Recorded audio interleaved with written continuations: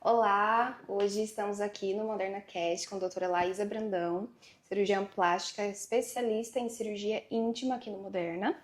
E é uma honra a gente receber ela hoje no podcast. Tenho muitas perguntas para fazer, mas primeiro eu vou falar um pouquinho sobre a doutora Laísa.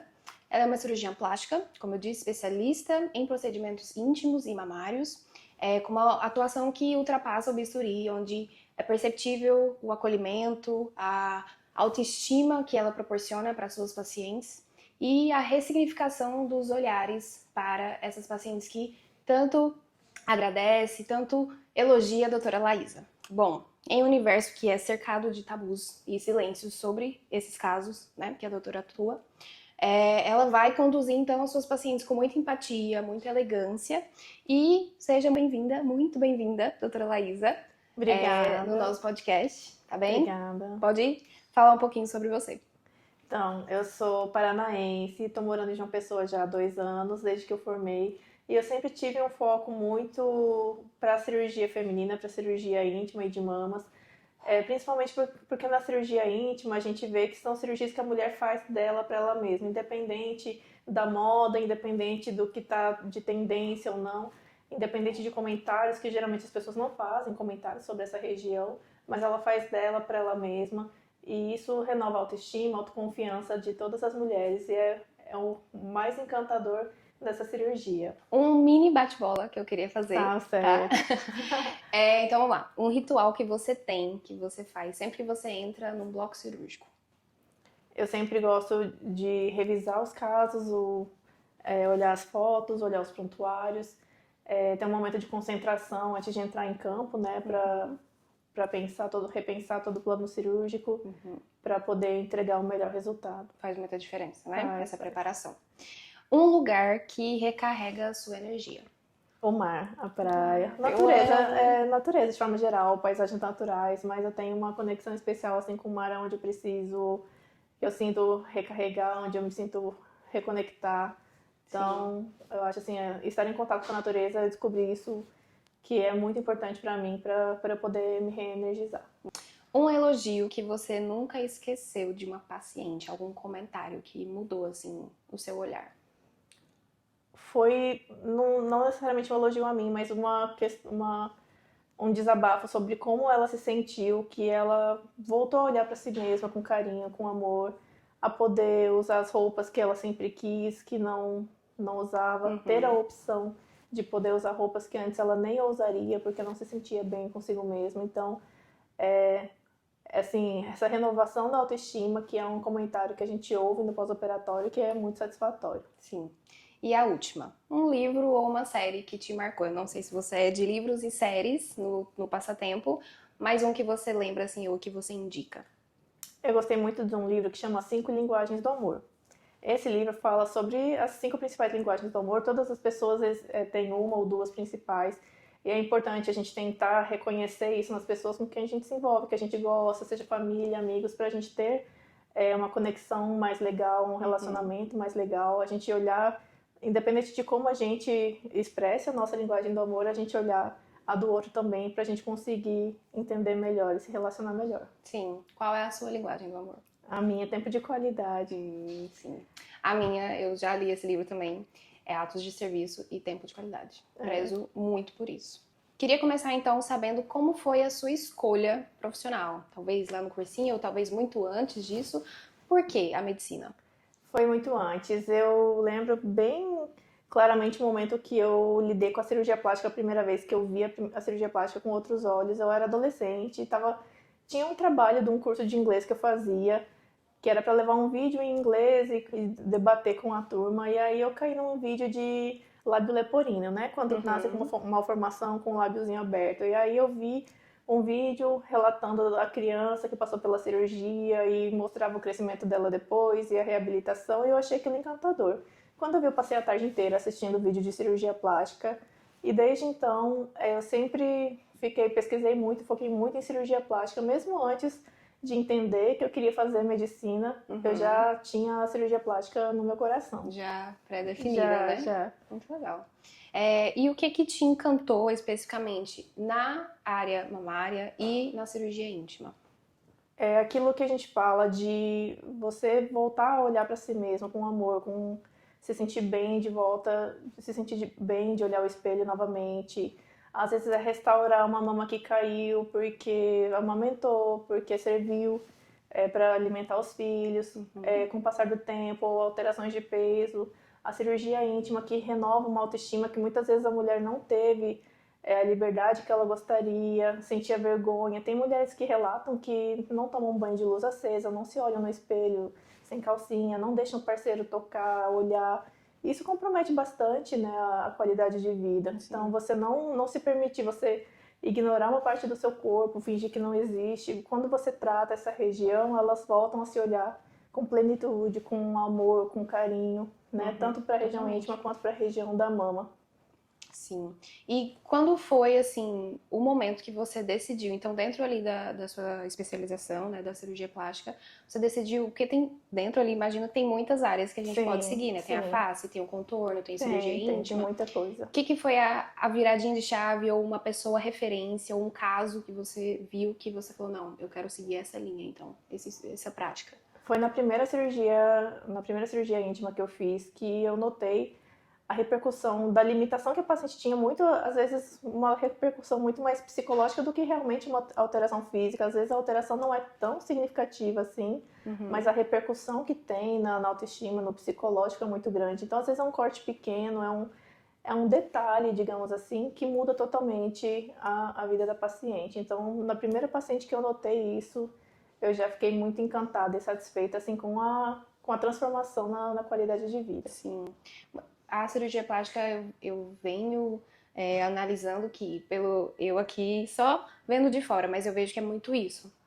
Além da transformação do corpo, do que a gente vê, tem muito do que a gente não vê, que é do psicológico, que é como a gente se olha quando a gente tá sozinha, quando a gente pensa, nossa, realmente era isso que eu queria, era isso que eu precisava para estar bem, né? Então, muitas das vezes a gente não vê a paciente sempre falando, né, sobre aquilo, mas ela consigo mesma, ela sente que, então, era isso, de verdade. Esse é o foco principal, não é assim, o peito maior, o peito no lugar, a não ter excesso de pequenos lábios. O foco maior é fazer a paciente se reencontrar, se sentir à vontade no próprio corpo. Às vezes é um detalhe, alguma coisa que não é uma coisa que fica exposta, uma mama, uma região íntima não fica exposta, é uma coisa que incomoda ela e que limita muito, mesmo não sendo algo que fica exposto para outras pessoas. Sim. Então, essa transformação que a gente busca na cirurgia plástica, às vezes não é realmente a alteração estética. É claro que ela é importante, só que isso é o que as pessoas enxergam de fora, mas o que a gente procura realmente é a transformação por dentro, que acontece quando a gente faz essas cirurgias. Sim. Vou entrar já, então, na questão de tabus e quebra de tabus, né? Quando você fala, então, sobre a sua especialidade, quais são os maiores tabus que você enfrenta para falar sobre cirurgia íntima?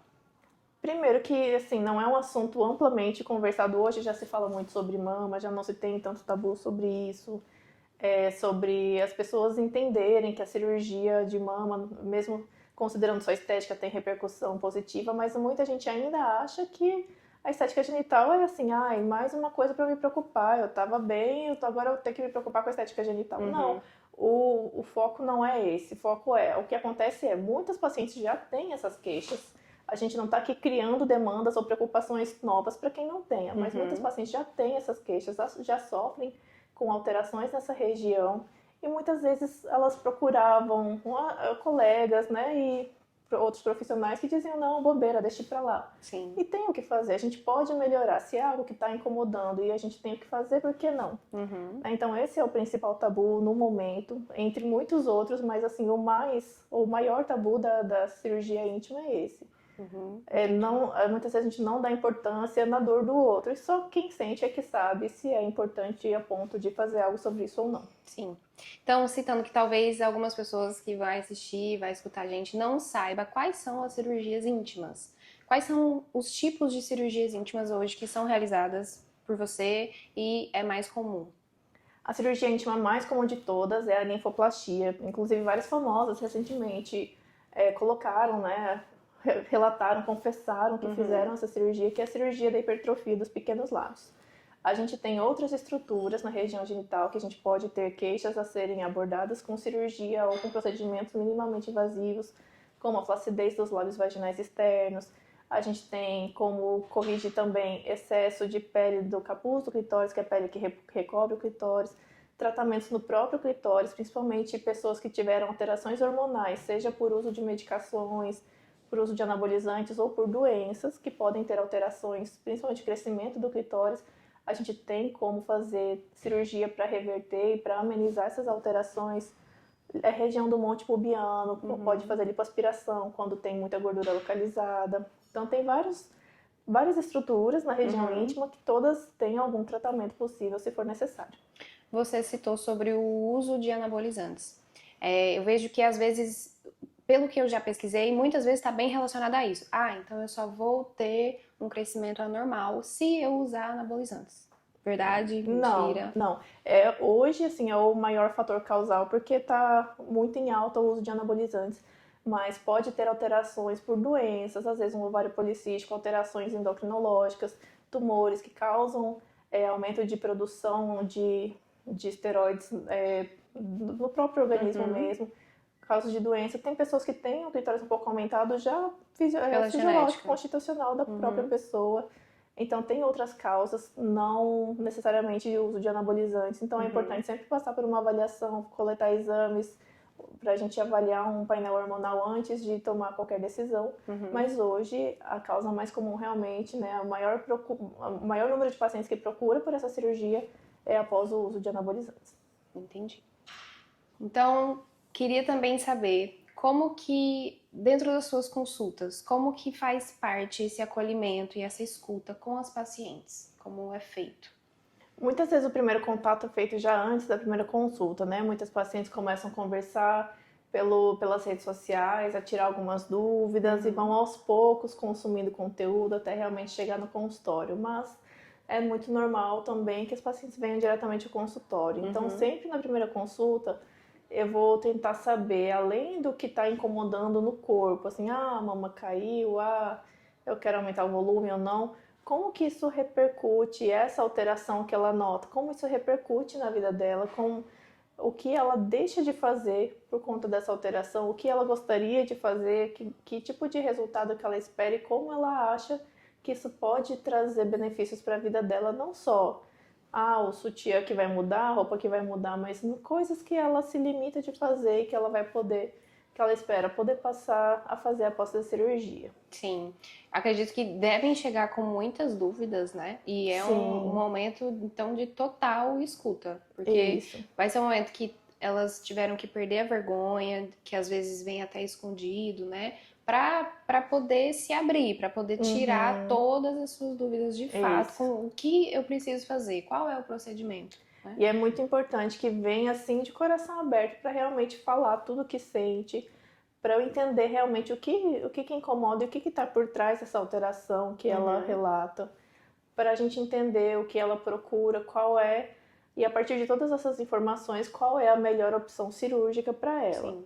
A partir desse momento escolhida, né, a melhor opção, a gente sempre discute em conjunto, às vezes não tem uma única opção que seja adequada, às vezes tem mais de uma, a gente vai conversar sobre os prós e contras de cada uma, escolher juntas, né? Sim. E a partir daí a gente fala sobre a cirurgia propriamente dita, sobre a recuperação, como é o pós-operatório, como que é a internação, o que precisa fazer para chegar até a cirurgia. Pronto. E quais são esses critérios, assim? Eu sei que cada paciente tem o seu procedimento específico, mas quais são os critérios que você analisa? A partir disso, você vai indicar, então, tal cirurgia, tal procedimento. Isso, a partir da queixa, né, do que a paciente reclama e do resultado que ela espera. Esse resultado é viável, é compatível com o biotipo ou não? Se não for, a gente vai alinhar a expectativa sobre o que é possível chegar de resultado para aquela anatomia, para aquela técnica. Se ela está com a saúde em dia, os exames, tem alguma doença, está controlada ou não, né? Então isso também é uma coisa que a gente precisa avaliar antes de pensar em indicar qualquer cirurgia, né? Então são coisas que a gente precisa avaliar em conjunto antes de decidir. E a gente decide basicamente baseado na queixa que ela traz, né, no resultado que ela espera chegar, sendo, claro, uma coisa compatível, né? Porque às vezes a paciente vem esperando um resultado que não é compatível com o biotipo ou com o corpo dela, então a gente vai estar sempre conversando e alinhando as expectativas. Sim. E aqui a intenção do Moderna é exatamente isso, é cuidar muito do pré-operatório, dessa expectativa, dos exames, da real indicação, para que não tenha nenhuma questão futura no pós-operatório. Então, a Isso. preparação é sempre muito importante. E além né? da preparação, né, eu acho que às vezes a cirurgia plástica é uma virada de chave, né? É uma chance que a gente tem de voltar a cuidar, se cuidar, olhar para si. Não é só, eu fiz ali a cirurgia, botei meu peito lá para cima.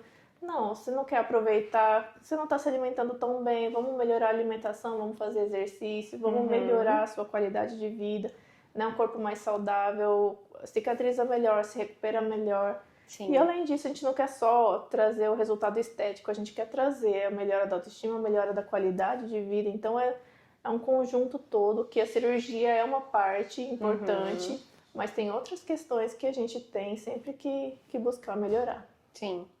Como que você trabalha com técnicas ou tecnologias? Então, a gente tem a questão das mamas, também tem a cirurgia íntima. Hoje, o que é o mais utilizado, como elas evoluíram e como você utiliza elas?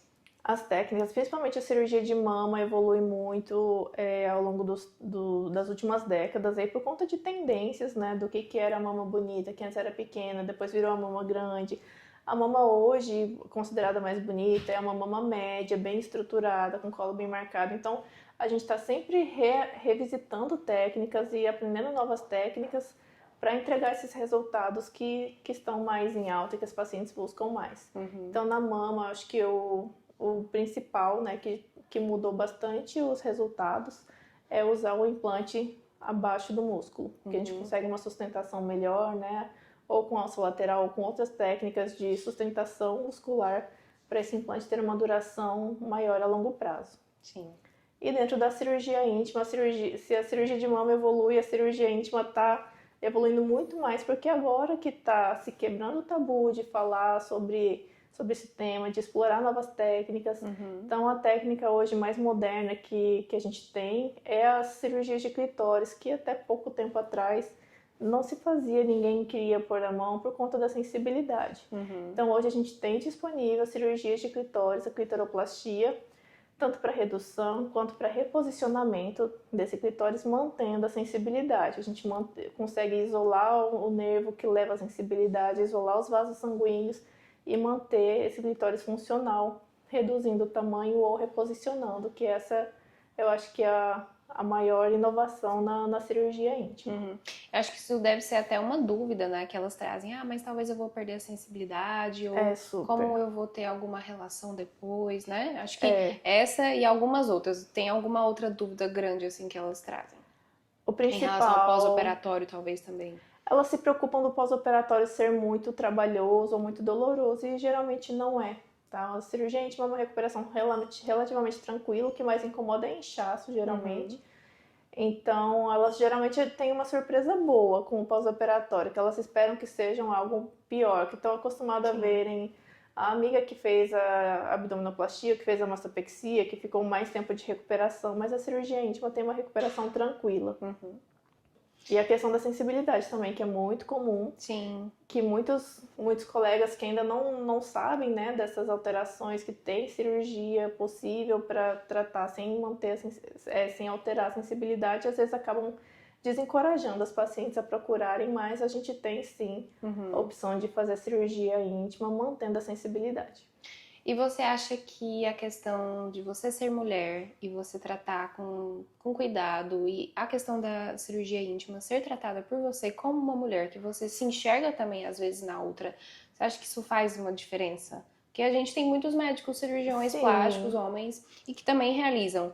Mas eu acho que, por exemplo, eu sou uma pessoa que eu busco sempre uma ginecologista mulher. Eu também. Porque eu vejo que ela vai me ver do jeito que nós somos. Né? Apesar de ter toda a medicina, o estudo, claro. Eu acho que é uma questão de identificação. Você entende o que aquela mulher está dizendo quando ela fala que aquela hipertrofia incomoda na calcinha, incomoda na hora de Uhum. fazer um exercício de bicicleta, incomoda na atividade sexual, porque você sabe, você tem o mesmo órgão, a mesma Sim. sensibilidade. Eu acho que é mais uma questão de identificação. Uhum. Então é uma conversa diferente. Já, assim, é bem comum os pacientes que vão às vezes operar outras cirurgias com outros colegas procurarem para fazer a cirurgia íntima, sendo que poderiam ter falado com o próprio colega e não tiveram coragem. Eu acho que é mais assim, se sentir mais à vontade mesmo, se identificar e saber que sua dor vai ser entendida e sentida da mesma forma. Vamos encaminhar para o fim.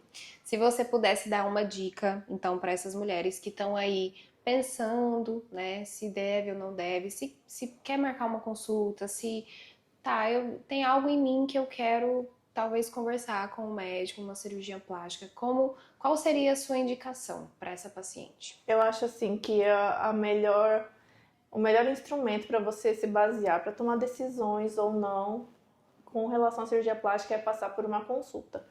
A consulta não é um compromisso de que eu passei a consulta, eu preciso operar. Não, mas é um meio de você ter informações certeiras, né? Diferente de você sair pesquisando em sites ou falando com amigos, né?